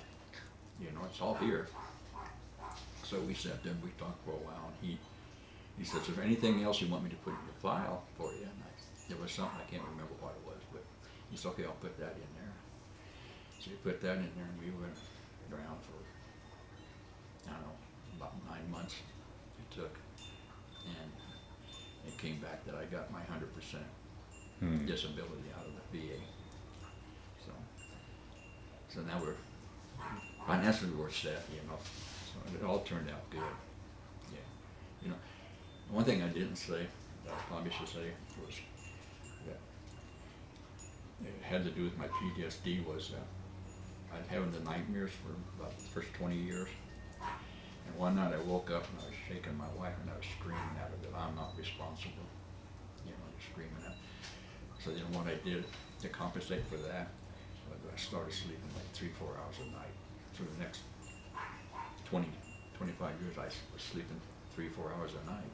Because I was scared to death I was going to wake up and do it again. And I scared the hell out of her. And things, something about the Navy guys. No more, and it's harder for Navy guys to get their benefits, I found out. So I really got lucky to get my 100%. But, and Navy guys get this feeling, well, I was out there on a ship, I don't have this problem. Yeah. And I found a lot of things that I didn't know about what was going on over there. They said Agent Orange, and pilots said when they dumped that, Blew out to. they would dump it, and if they had any left, they come out and dump it over the Tonkin Gulf where we were. So they were dumping it on the ships. Well, that's nice to know. So, but but thank God I've gotten counseling. I'm doing a lot better. Are you? Oh, good. Yeah, I got a good counselor. We go to marriage counseling every other week now. I belong to a group that it's not a real serious group. A lot of jokes told, but I got a lot of friends who are military. Yeah. Are you getting taken care of by the VA? Are you happy with? Yeah. With everything that's going on and everything, you're taken well care of. I'm getting $3,000 a month in my benefits. And of course, they pay all my medicals paid for, all my dental's paid for, my eyeglasses are paid for. Everything's paid for medically for. So, yeah, they're taking care of me. I haven't had a lot of problems medically with the VA getting stuff done. I think it's just because I'm very proactive on my health right now. So, but that's basically my story. Yeah. Through the years, did you ever keep in touch with any of the guys you served with? Any sort of reunions, anything like that? No. No, I never have gone to reunions. Yeah. There's one guy, Ray Putnam. I'd like to find him, but I never figured out how to find him. I've tried a couple times. I just can't. Because I don't remember where he's from. Me and him were really friends. Oh, okay. On the ship. I was actually told on the Enterprise one time, because I used to hang out with the black kids and go down to the Fisherman's Wharf and we'd sit there on the curb and play the bongos. Huh. And I was actually told back there in 66, 67, that I shouldn't hang out with black kids by one of the officers on the ship. Yeah. And there was actually a riot on the ship between the blacks and the whites. Really? Wow. Yeah. There was funny things that happened over there. One day the XO and the navigation guys, quartermasters, they were screwing around, and the officer of the deck was walking across the bridge with a fire axe, and the captain came on the bridge, and the old guy stopped and he goes, "And stay on your side of the bridge." We had a kid that put out a can and said, "Please donate to the," and he had his initials on it. He collected like $200. There was funny things that happened. I can remember one time the captain came in and was looking at the radar, and when they tracked him on the radar, there was, you put your strobe on it and you'd hit the button and it'd mark it, so you'd have like 8-9 tracks. The captain came in and looked at it, and he pushed the button to light up to see how the tracks was, and they were like this here. They were just erratic. And he turned to me and he says, "Call combat, tell him whoever was on the goddamn radar to straighten up that track." So I got on there and I said, "Hey, whoever's tracking that ship, straighten up the track." And the guy come back and he goes, "Shut the fuck up." He says, "I don't have to listen to your ass." And he says, "Just keep your mouth shut." The old man turned red. He stood up and got in the block and said, "This is the commanding officer. When my guy tells you to straighten it up, you straighten it up." And the guy goes, "Yes, sir." You know. We had this kid come back. I was standing. We used to have drunk watches, and when guys come back, he'd take them up to where they slept because they were so drunk they couldn't find where they slept on the ship. And one day we were standing there, and this guy came up. And he got out of a cab and he fell down 3 times before he got up to walk up the plank. I said, "He'll never going to make it up the plank." And this guy goes, "I'll bet you $5 he makes it up the plank." And I said, "All right, I'll take that bet." He walked over the plank and stood up, and he shook his head about 3 times. He walked up the plank straight as an arrow, saluted the officer of the deck, requested permission to go aboard, got permission, came across, took about 5 steps and passed out. That's like his last ditch effort to get on this ship. And then we had 2 officers in Hong Kong that bought a slave, you know, and then they realized, well, this probably ain't going to go over too good having a slave. So they told her, "You're free, go, leave." And she wouldn't do it because all she knew was being a slave all of her life, and she would not. She refused to go. They had a hell of a time getting rid of her. I tried to take a picture in Hong Kong of an old man, the old Chinaman. He's sitting there, just like you picture an old Chinaman. I got my camera. I was getting ready to take him. He started throwing shit at me. And this daughter came over and she spoke English. She says, "He won't let you take his picture because he believes that if you take his picture, you possess his soul." Yeah. I said, "Oh, okay." So I went down, put on my telephotic lens, and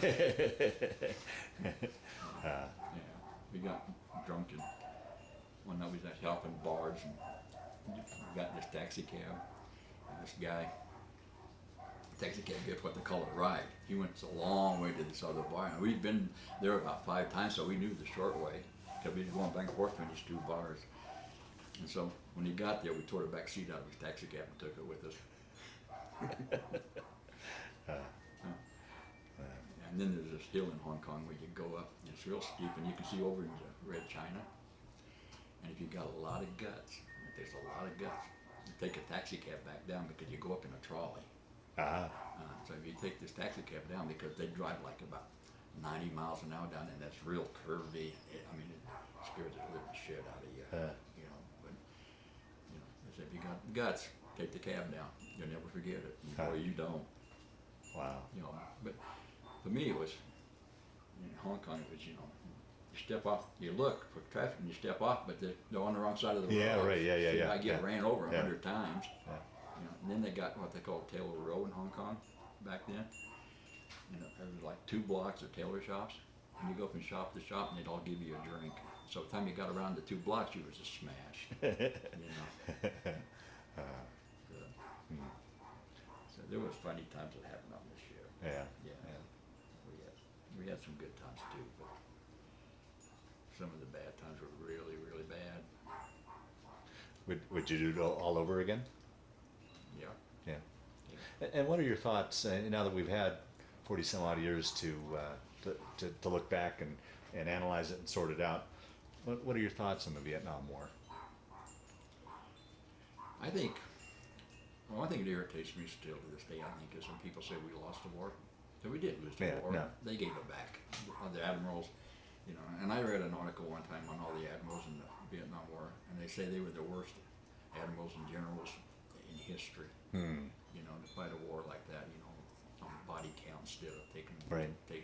But, it's just, I'd do it again, just because that's what I was taught. Yeah. You fight for your country. I think it's just sad that the way we got treated. Yeah. Totally wrong. It was totally wrong. Absolutely.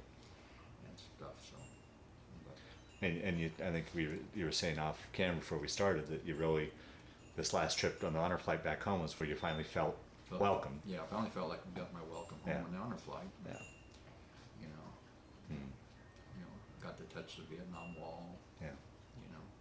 Which is important to me.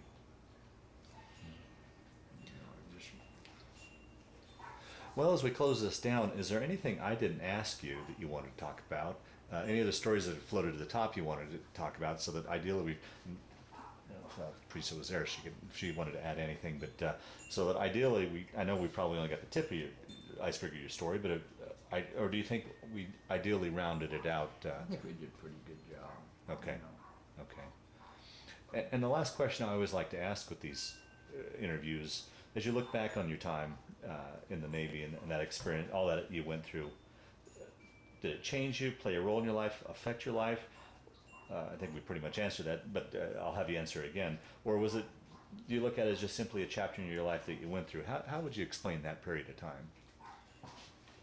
It was really turmoil, you know. When I joined the Navy, I don't think I dealt with my dad's death. Oh, yeah, right, yeah. You know, so I was still trying to deal with that, and then I ended up in Vietnam, and I've had the guilt feelings over the years that how can I go from crying over the damn dead dog to watching a human die and not feeling nothing, you know? How can I just turn all that off so quickly, you know? And obviously I would like to have a more outgoing, happy life, but I would not trade my experiences in the Navy for nothing. You know, I'd go back and I'd do it again. Yeah, yeah. And even if I knew how I was going to live my life, I would go back and do it again. Wow. You know, because it's the right thing to do. Wow. And what I did was honorable. Yeah, It's very absolutely. honorable. Absolutely. And nobody can, you know, maybe my life wasn't exactly the way I would have liked it if I wrote it out, but what I did, there's a lot of pride there. Very good, as should be. Yes, there should be. Yeah. Well, Rich, I want to thank you for sitting down to tell your story today, but just as important, I want to thank you for your service to our country. Thank you.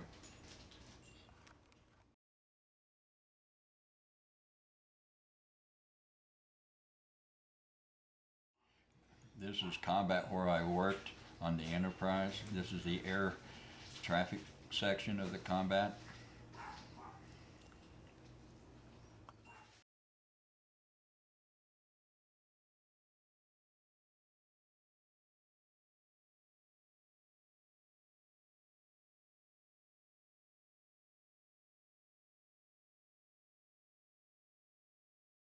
Describe this beautiful frame that your wife put together. This is actually one of the patches I wore on my uniform when I was in the Navy. And this is just a patch. These are pictures. This is a picture that was taken between my two cruises on the Enterprise. Uh-huh. This is a Navy unit citation with 1 bronze star. It's the highest medal before they go national in the Navy. This is a never got caught medal, they called it, good conduct. This is the National Defense. This is the one that I wore off the ship when I quit wearing all my other medals. Was this ribbon here, or this medal here. This is a Navy Expeditionary Medal that I got for the USS Pueblo. This is a Vietnam Service Medal with 4 stars, and Vietnam Presidential Citation is this medal here. Boy, this whole wall is nice, kind of a tribute to your service. Yes, I made this and I made that. Wow. This is I can't see this, but this is a cigarette lighter I carried in Vietnam. And the other one up above there, that little one, is the one I bought for my brother. He gave it back to me. Very nice.